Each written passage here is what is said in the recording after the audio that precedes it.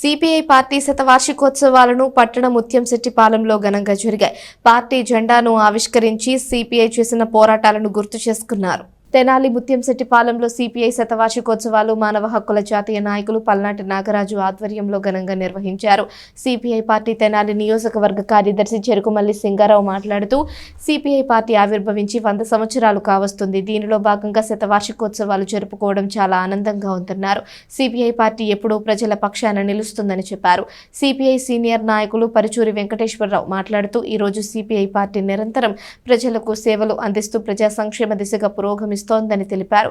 మానవ హక్కుల జాతీయ నాయకులు పల్నాటి నాగరాజు మాట్లాడుతూ సిపిఐ పార్టీ శతవార్షికోత్సవంలో భాగంగా జెండా ఆవిష్కరణ చేయడం చాలా ఆనందంగా ఉందన్నారు. కార్మికుల కోసం, కర్షకుల కోసం, పేదల కోసం, రైతుల కోసం పోరాడే ఏకైక పార్టీ సిపిఐ పార్టీ అని నాగరాజు అన్నారు. ఈ కార్యక్రమంలో సిపిఐ పట్టణ సహాయ కార్యదర్శి బొల్లిముంత గోపీకృష్ణ, జి ప్రసాద్, జిల్లా నాయకులు రేఖా పవన్ కుమార్ తదితరులు పాల్గొన్నారు.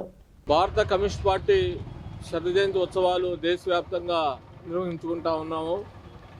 ఇవాళ దోపిడికి, దౌర్జన్యానికి, అన్యాయానికి, అణచివేతల వ్యతిరేకంగా గత 100 సంవత్సరాలుగా భారత కమ్యూనిస్ట్ పార్టీ పేదవాడి కోసం, పేదవాడి హక్కుల కోసం నిరంతరం పోరాటం చేసిన ఏకైక పార్టీ. భారత స్వతంత్ర పోరాటంలో కూడా ముందుండి నడిపించిన ఏకైక పార్టీ భారత కమ్యూనిస్ట్ పార్టీ. ఇవాళ కాశ్మీర్ నుంచి కన్యాకుమారి దాకా మేము పోరాటాలు చేస్తూనే ఉన్నాము. వాళ్ళ కులం లేని, మతం లేని ఒక నవనూతన సమాజం కోసం గత 100 సంవత్సరాలుగా పోటీ చేసినటువంటి ఒక ఏకైక పార్టీ ఈ దేశంలో భారత కమ్యూనిస్ట్ పార్టీ. ఇవాళ దోపిడీకి వ్యతిరేకంగా, దౌర్జన్యాలకి వ్యతిరేకంగా నిరంతరం పోరాటం చేస్తున్నటువంటి ఒక బహుత్తరమైన పార్టీ, కొన్ని లక్షల మంది కార్యకర్తలతో కూడుకున్న పార్టీ, అది భారత కమ్యూనిస్ట్ పార్టీ. ఇవాళ నరేంద్ర మోడీ గారి నాయకత్వంలో కానీ, అమిత్ షా గారి నాయకత్వంలో కానీ అనేక కార్యక్రమాలు ఉన్నాయి.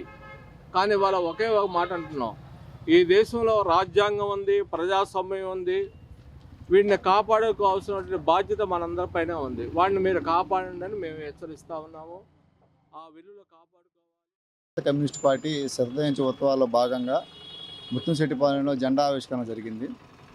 సిపిఐ జెండా అంటే అది కేవలం ఎర్ర జెండా మాత్రమే కాదు, ఉద్యమకారుల ఉడుకునెత్తులు, బడుగు బలహీన వర్గాల ఒక ధైర్యం ఎర్ర జెండా.